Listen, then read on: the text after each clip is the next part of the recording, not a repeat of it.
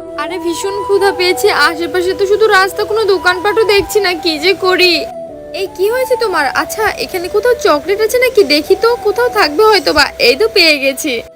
কেবল একটু স্বস্তি পেলাম, এখন একটু তাড়াতাড়ি করে খুলে খেয়ে নেই। আরে বাবা আমার চকলেট খাচ্ছে। বাবু এটা তো তোর চকলেট, খাবি তুই? হ্যাঁ বাবা খাবো। আচ্ছা ঠিক আছে, এই নে খা। হ্যাঁ কি মজা। কিন্তু আমি তো ক্ষুধার জ্বালা সহ্য করতে পারছি না, আমি বরং পানি খেয়ে নিই। তাও তো হচ্ছে না। বাবা এটা কি চকলেট? আমি খাবো না। কেন রে, কি হয়েছে? খাবি না তুই? না আমি খাবো না, তুমি খেয়ে নাও। ঠিক আছে আমি এটা খাই, পরে তোকে কিনে দেবো। আচ্ছা ঠিক আছে। তাড়াতাড়ি খেয়ে নে।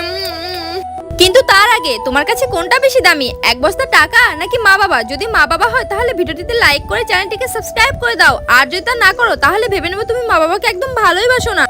আসলে তো তখন আমি ইচ্ছে করে এমনটা করেছি, কারণ চকলেটটা যখন বাবা আমাকে দিয়ে দিল তারপর দেখি বাবা অনেক ক্ষুধায় কাতরাচ্ছিল। এই জন্য আমি বাবাকে চকলেটটা দিয়ে দিতে চেয়েছিলাম, কিন্তু ওভাবে দিলে তো বাবা নেবে না, তার জন্য এই বুদ্ধিটা করে বাবাকে আমি খাইয়ে দিয়েছি।